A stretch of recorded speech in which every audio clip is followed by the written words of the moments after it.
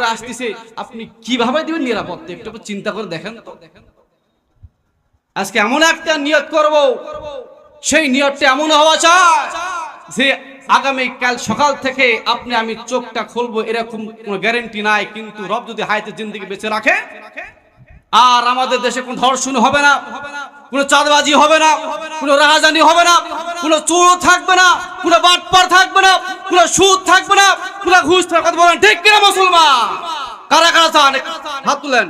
লিল্লাহ তাকবীর, লিল্লাহ তাকবীর।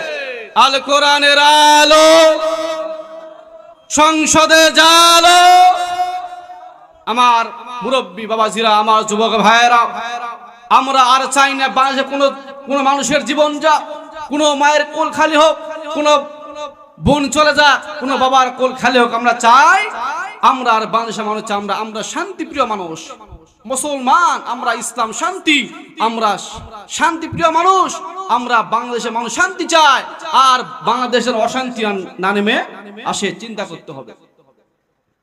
আজকে আপনার আমার এখান থেকে বাজারের থেকে আপনি বাড়ি যাবেন, এরকম কোন গ্যারান্টি আছে?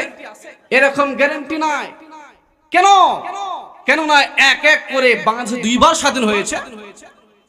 1971 স্বাধীন আমি দেখি নাই, কিন্তু 24 আগস্ট, 5 আগস্ট